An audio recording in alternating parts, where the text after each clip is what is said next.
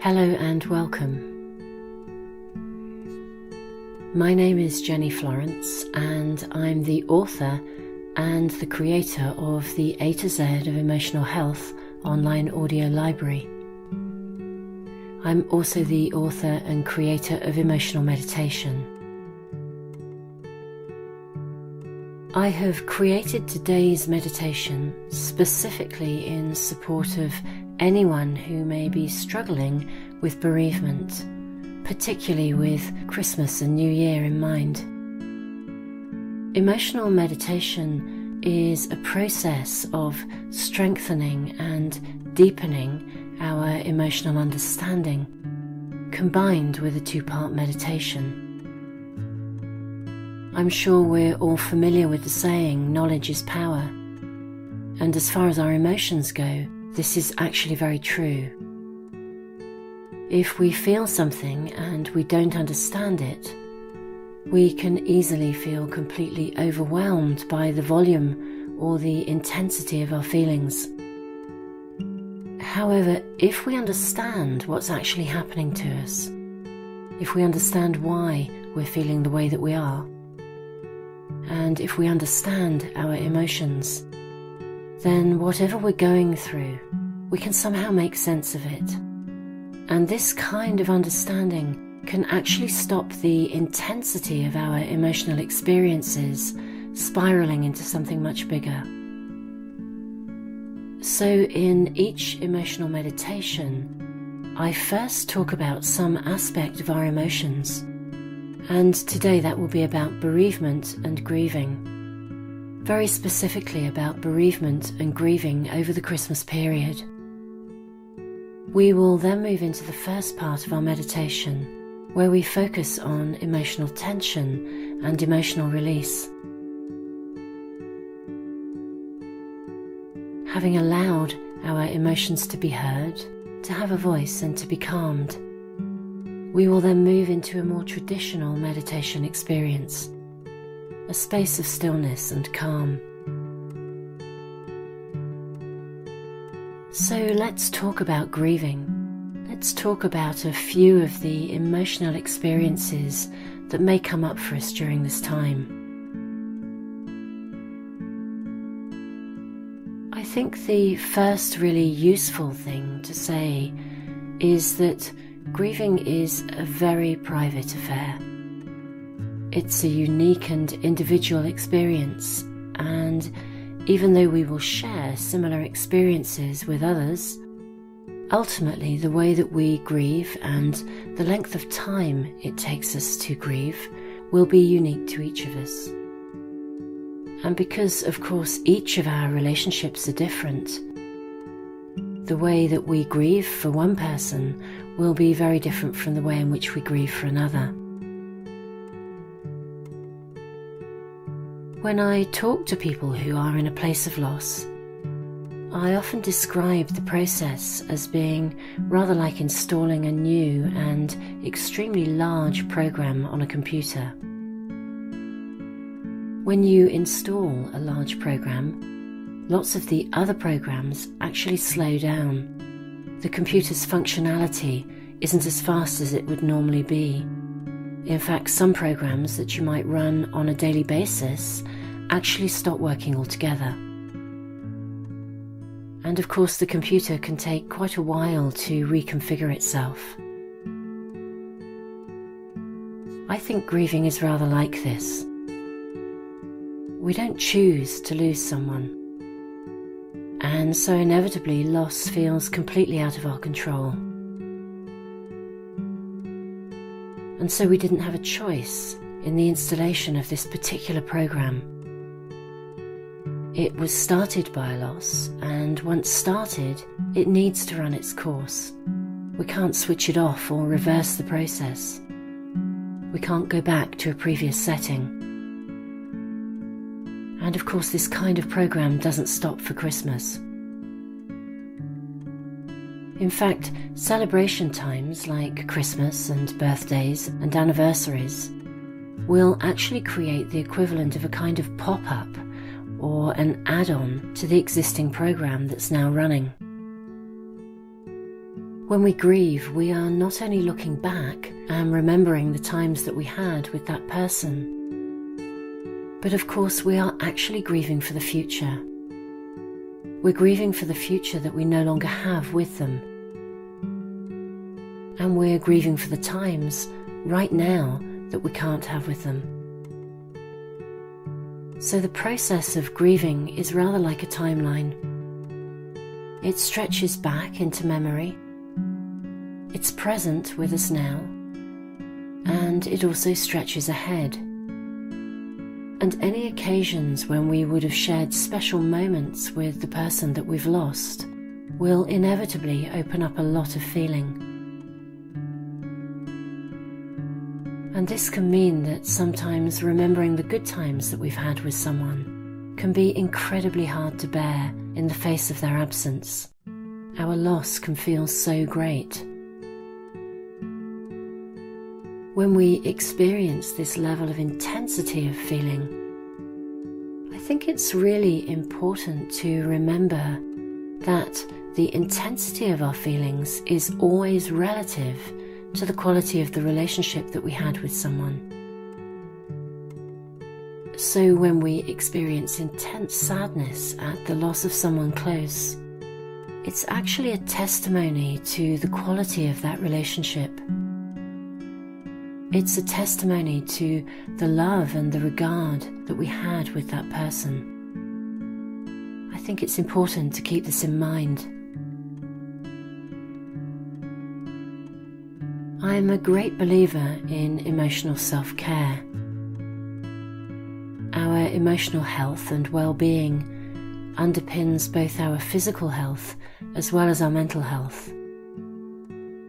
And bereavement is a time when we need to be particularly mindful of this. It's really important when we're feeling raw and emotionally vulnerable that we can make space for ourselves and we can ask the people around us to be respectful of that. As I said earlier, grieving is a very private and a very personal experience. Interestingly, being with loved ones, particularly around Christmas time, can have quite a double edge to it. Sometimes being around people who are joyous and happy can be a very stark reminder of our own loss.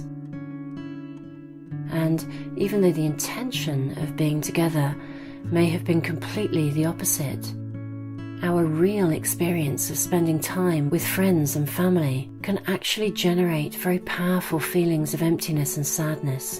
And this in turn can bring up some very challenging and conflicting emotions. Guilt is a good example of this. Guilt is always present in the process of grieving, and it's one of the emotions that we often don't quite know how to deal with, and it often causes us a lot of conflict. We can feel guilty being around our family and friends because we're not feeling happy and we don't want to bring them down. They may have gone to a great deal of trouble to try and make us feel welcome and okay. But then on the other hand, if we do begin to relax and have a good time, we can then feel guilty towards the person that we've lost, as if somehow by relaxing and enjoying ourselves, we are in some way being disrespectful to them. In fact, sometimes we can actually feel guilty about ever being okay again. We can be afraid that if we stop thinking about them for even just 1 second, we'll somehow forget them forever.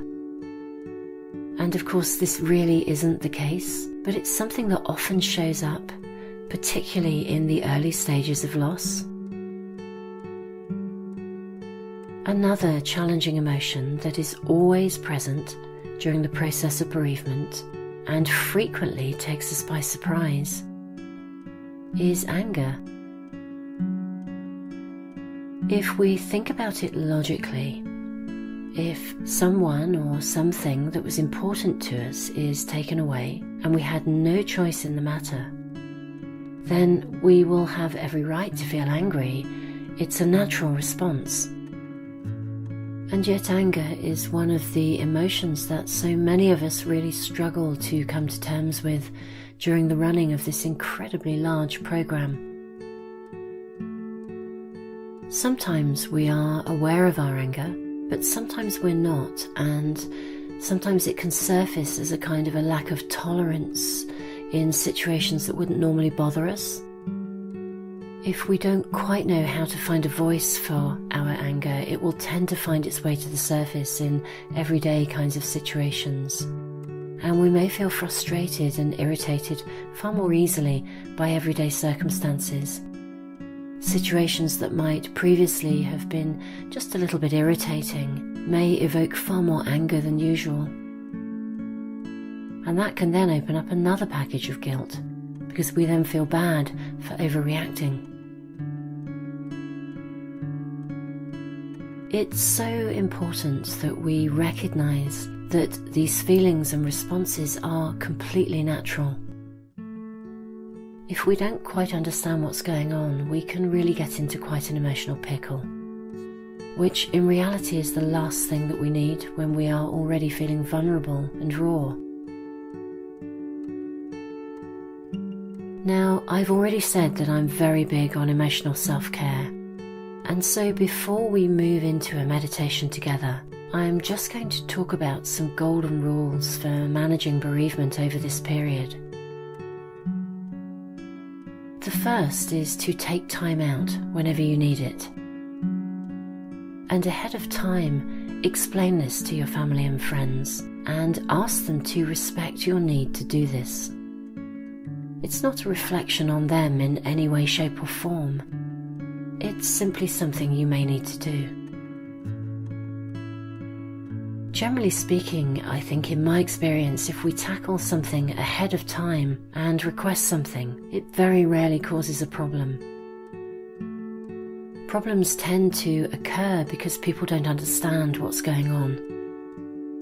Remember, knowledge is power, and that applies not just to us in understanding ourselves, but also in the way that others will respond to us when they understand what we're going through and what we need. The second golden rule is to give yourself permission to share as little or as much as you wish. Grief is a private affair. It is deeply personal, and we have the right to our dignity. If you don't feel you wish to talk about something, then say so. It's not a reflection on the people you're with, and it's perfectly okay to say, "I'd prefer not to speak about it at the moment, but thank you." With the very best of intentions, and for the very best possible reasons, people tend to assume that we will need what they would need if they were in our situation. But of course, our needs may actually be quite different, and it's really okay to let people know this. The third golden rule is, each day, make a specific time to remember the person that you've lost. Place a boundary around this time and make sure that anyone around you is aware of this and gives you the privacy that you need. You may wish to combine or conclude this time with this meditation. During this time, dedicate your thoughts to the person that you've lost and do something to mark their passing. Write them a card or a letter, or go for a walk. Do whatever feels most appropriate for you. And as you spend time thinking about them, honour and appreciate the time that you had together. Give your feelings your full attention. Acknowledge and validate the way that you feel. Everything that we feel during the process of bereavement is completely natural, even if we don't always quite understand it. And at the end of the time that you have allowed for this in your day, give thanks, and then go and have as good a time as you can. Because people we love would want this for us.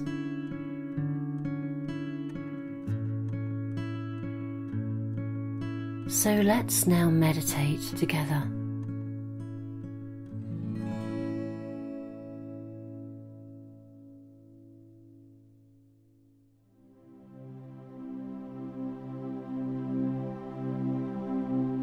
In the first part of our meditation, as you hear the singing bowl, we will focus on allowing the release of any emotional tension. We'll make some space to listen to ourselves, a time of gentle holding where our emotions can be heard and be mindfully released. Many of us feel quite vulnerable about expressing our emotions, and so as we begin the first part of our meditation, it's very important that you make sure that you're in a safe place. And we'll also be mindful to let go of any need for self-analysis or mental understanding of any emotions that surface, and we'll release any concerns or criticisms or judgments about the way that we feel.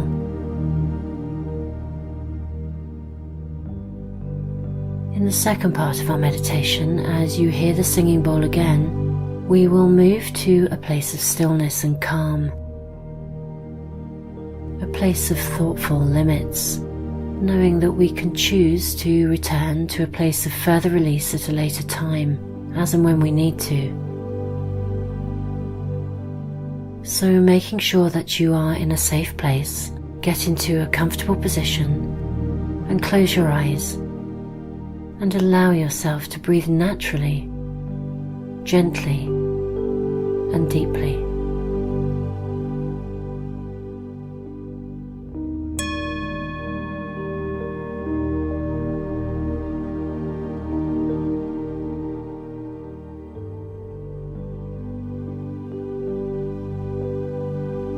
We carry our emotions in our physical body, and the process of grieving is actually experienced by many of us as a very physical process.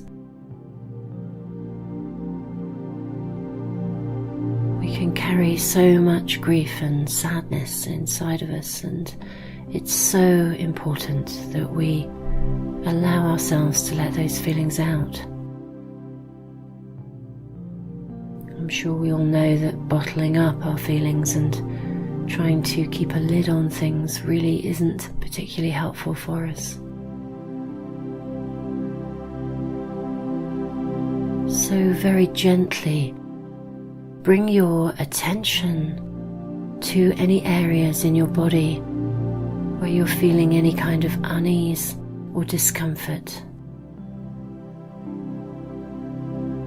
Let's really allow ourselves to listen to ourselves. And let's give our emotions a voice.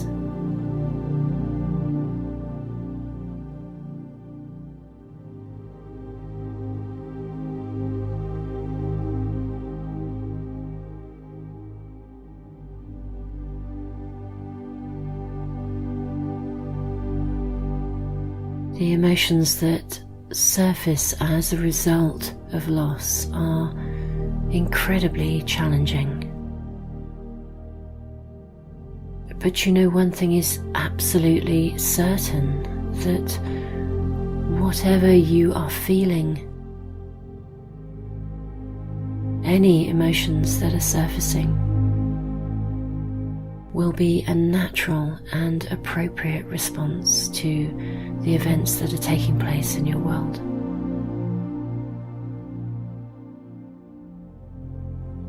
They'll be appropriate to this process of grieving.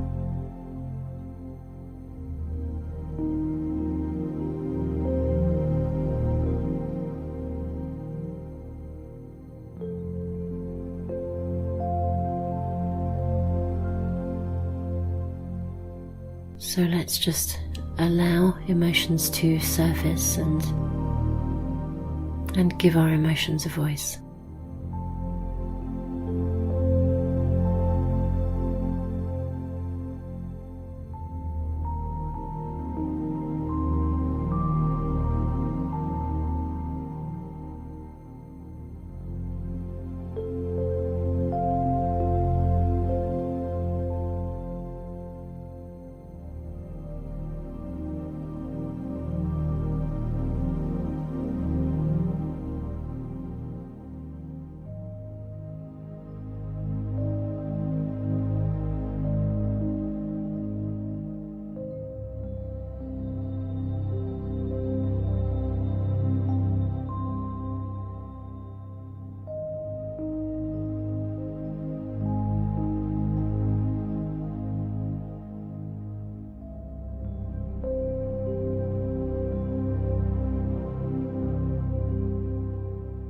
Simply allow any emotions to surface, to be heard.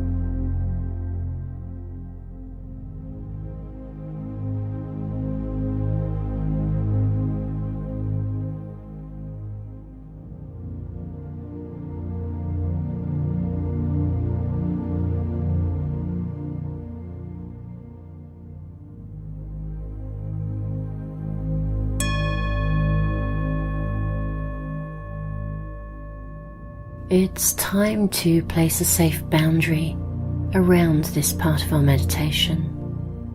It's time to bring the release of emotions to a close. When we allow emotional tension to be released, and as we give our emotions a voice, we can then allow ourselves to relax and move gently into a space of stillness.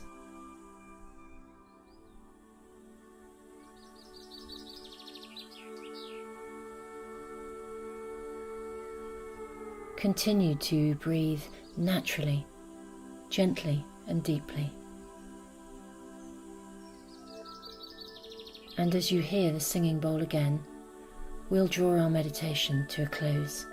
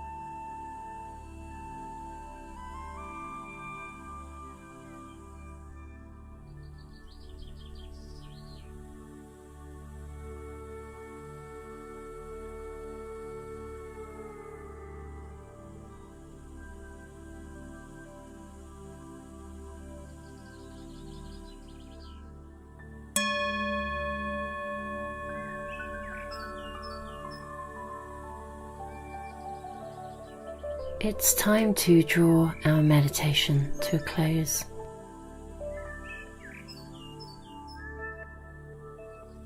Even though loss is such an integral part of life, the process of grieving is an incredibly challenging journey. However, one thing is absolutely certain. To navigate this journey, we really do need to give our emotions a voice.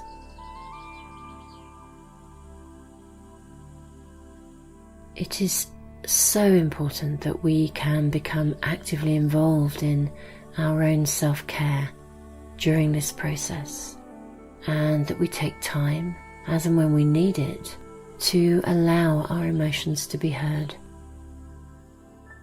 and that we allow our feelings to arrive and to be received with care and with the deepest compassion.